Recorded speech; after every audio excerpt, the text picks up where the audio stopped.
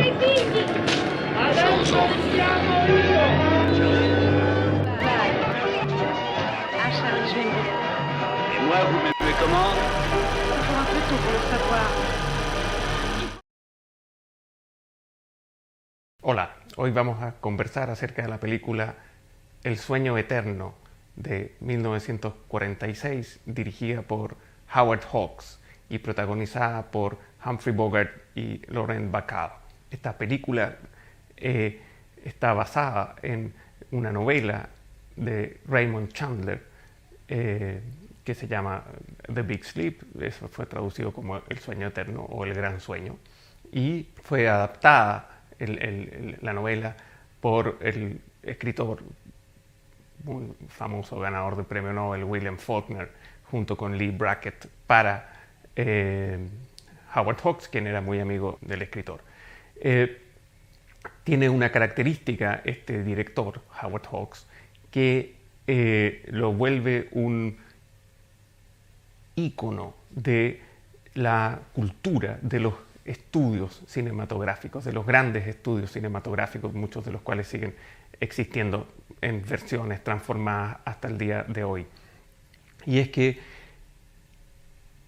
se caracterizó Hawks por realizar películas para estos productores, fundamentalmente para Warner, quien era también amigo suyo, Jack Warner, y a quien le había dado una buena parte de su herencia para financiar la productora, y hacía distintas clases de películas, pertenecientes a los más variados géneros, que era una característica de esa época de los grandes estudios, en que había algunos estudios que se especializaban en hacer películas del oeste, otros que hacían películas de acción, otros películas épicas, en fin. Entonces los estudios tenían una galería de producciones que se distinguían por géneros, básicamente. Entonces el director que trabajaba para un estudio dependía de algún modo de a cuál proyecto desarrollado por la productora lo asignaran. No era tan difícil o no tenía tan poca opinión el propio director, sobre todo cuando era uno que había adquirido cierta reputación y había alcanzado cierto éxito en su trabajo, como es el caso de Hawks.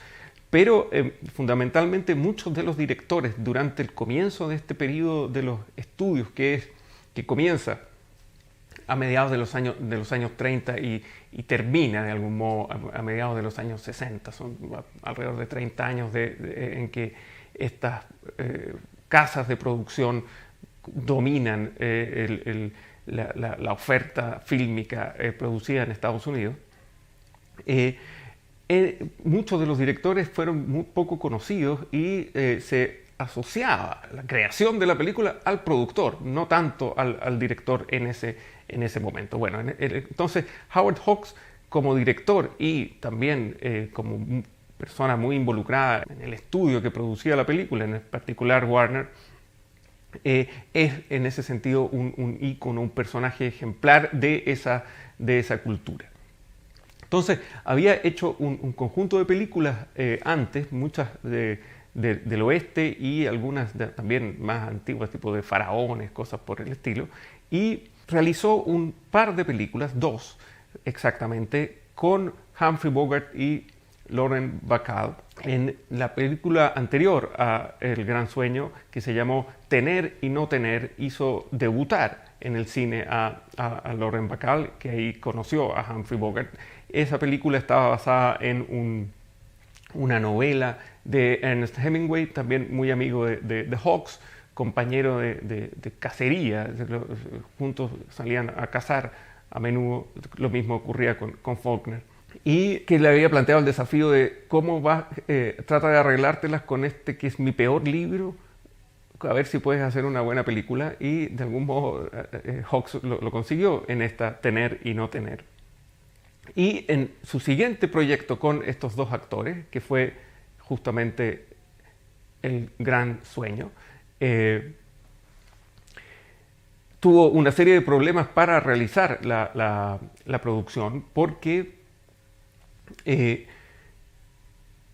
justo estaba en ese momento la guerra mundial y hubo que postergar en varias ocasiones el estreno de la película, y por eso se estrenó en el 46, pero había sido producida un tiempo antes. Tiene una característica el estilo de Howard Hawks, que es lo que podríamos llamar el estilo del cine clásico, que así se le denomina, que es el estilo de este periodo de la producción, y fundamentalmente la producción proveniente de Estados Unidos o de Inglaterra, es decir, del cine angloamericano. Este cine clásico tiene en Howard Hawks a un gran representante y tal vez a otro del que hablaremos en algún otro momento también, que es John Ford. Y esta tiene como rasgo estilístico sobresaliente el cine clásico, que hay un uso muy controlado del movimiento de las cámaras. Es decir, tienden a ser planos estáticos, a menos que se quiera enfatizar alguna acción. Es decir, se concibe el movimiento como una suerte de subrayado de la acción. De manera tal que si un personaje está caminando y yo lo filmo con la cámara en movimiento, estoy haciendo un doble movimiento, es decir, estoy resaltando el movimiento que estoy mostrando ahí. Entonces, para evitar ese efecto como de destacado permanente, es que el cine clásico se contuvo en una realización de planos en su mayoría inmóviles o estáticos.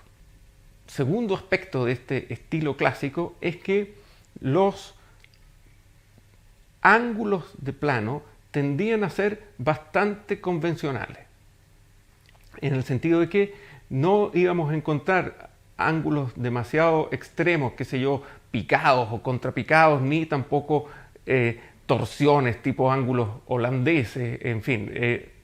En general eran ángulos bastante frontales y simples, justamente para no interferir la percepción del espectador de los contenidos narrativos que se estaban mostrando. Es decir, se buscaba, y esto estuvo desde el origen en el cine americano, se buscaba que la técnica fuese lo más transparente posible, que no emergiera o que no interrumpiera, nuestra visión, la técnica o los recursos que se estaban utilizando. Entonces, se buscaba poco movimiento y ángulos muy convencionales en este cine clásico. Y es algo que efectivamente está presente en toda la producción de Howard Hawks. Y también, naturalmente, en El Gran Sueño. El Gran Sueño tiene una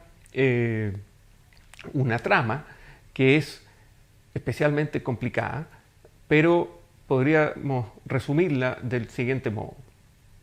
Un investigador privado es contratado por un general retirado y muy enfermo que vive prácticamente en un invernadero porque tiene temperatura muy baja, entonces tiene que estar siempre en un invernadero porque ahí pues, conserva la temperatura que le permite vivir. Ese es un poco el chiste inicial de la novela y de la película.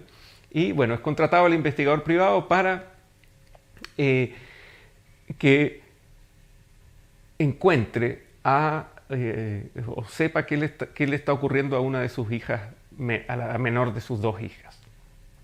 Eso es el punto de arranque de la película. De ahí surge una trama realmente complicada. Como pocas veces una película, no solo en esa época, sino siempre, como pocas veces ha habido una trama complicada y presentada de manera tan complicada. Se vincula después el investigador con la otra hermana, la hermana mayor, y ambas están involucradas en una red de chantaje, de fotografías, de apuestas, en fin, una serie de algunos como contrabandos, en fin, una serie de crímenes que están asociados a estas dos mujeres, pero que nunca la película aclara completamente. Es decir, la trama avanza y se resuelve, en el sentido de que tiene un final, la acción deja de producirse, digámoslo de algún modo, pero no hay no todos los puntos están despejados y aclarados. Tanto así que se cuenta que durante la producción, cuando estaban escribiendo el guión, los guionistas se preguntaban, bueno, ¿quién mató a tal personaje? Y nadie sabía. Y leían la novela y no veían quién había matado a un personaje y llamaron al mismo Chandler, y Chandler en broma le dijo, perdónenme, yo tampoco sé quién los mató. Bien, esa historia que se cuenta, no hay tanto registro, es como una leyenda de esta película, pero es una leyenda hecha fundamentalmente, sea verdad o no, para enfatizar la complejidad de la trama. La complejidad, pero es importante mencionar que no es una complejidad de suyo tan difícil de entender, sino que es la manera como está contada que la vuelve más compleja. Porque esta película, más que ser una película de misterio tradicional, que se plantea un acertijo criminal y que es resuelto al final, lo que muestra es lo que podríamos llamar la indagación. Es una película sobre la indagación y la búsqueda de este investigador por desenredar una madeja de acontecimientos realmente enredada y llena de nudos y de líneas que se cruzan. Entonces, lo que nosotros vemos, lo que nosotros percibimos como película en esos términos, es fundamentalmente la búsqueda un poco a tientas y las conjeturas que va realizando el investigador para tratar de encontrar de ordenar todos los elementos que tiene al frente suyo.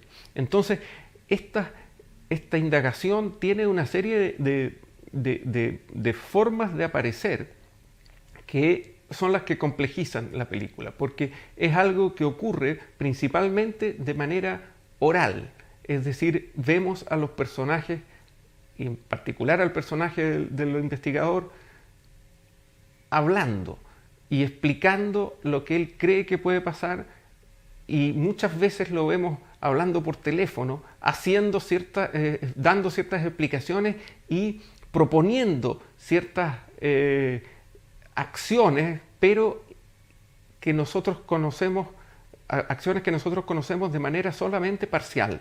Por lo mismo, estamos como espectadores un poco a ciegas respecto de lo que está ocurriendo, lo que ha hecho que algunos personajes se desconecten de la película y después de unos minutos se pierdan y la abandonen, pero no hay que abandonarla, porque justamente lo que en algún punto los observadores entramos en el razonamiento a tientas o tentativo, llamémoslo así, de la inquisición que está haciendo el investigador. Y además, en un punto que es bastante importante, esto, como ocurre en otras películas, en algún momento toda esta estructura, este complicado tejido que hemos estado viendo, se convierte en una trama de una película de amor, que es que está en el centro de esta trama, pero que es algo que no aparece permanentemente y en algún momento se devela como una película fundamentalmente de una película romántica. Y como ejemplo de este tono de la película está la secuencia en la cual se encuentran por primera vez en la película, naturalmente, los dos personajes, el de Lauren Bacall y el de Humphrey Bogart, en la oficina de Humphrey Bogart, que es una secuencia que recoge de algún modo el capítulo de la novela donde eso ocurre, pero que en la versión en cine hubo una serie de modificaciones y de interacciones entre los dos personajes que no estaban dentro y que le dan una carga amorosa menos trágica que la que tiene en la novela. Entonces van a poder ver ahí una broma, un juego entre Humphrey Bogart y Lauren Bacall para que se rasque la rodilla porque está sentada ella sobre la mesa. Ella tiene una actitud muy como avasalladora y entonces él responde de esa manera, bromeando para como hacerle creer que él no está intimidado por ella. Es el primer encuentro entre estos dos personajes en esta película y es sin duda una de las secuencias o de las escenas, si se quiere, más características de todo lo que involucra esta película, porque es una trama muy complicada. Los dos personajes van a estar hablando en esa misma secuencia de todos los enredos que involucran a la hermana de Lauren Bacall, y al mismo tiempo va a estar latente y empezando a emerger la película, la trama, digamos, lo amorosa, que es finalmente la esencial de esta película. Entonces, sin duda, esa secuencia, una que integra todos los elementos de la película. Howard Hawks decía que una película tenía que tener 3 escenas buenas y con eso ya está resuelto el problema. Yo les dejo una que yo encuentre, pero tarea de ustedes encontrar 2 o 3 más.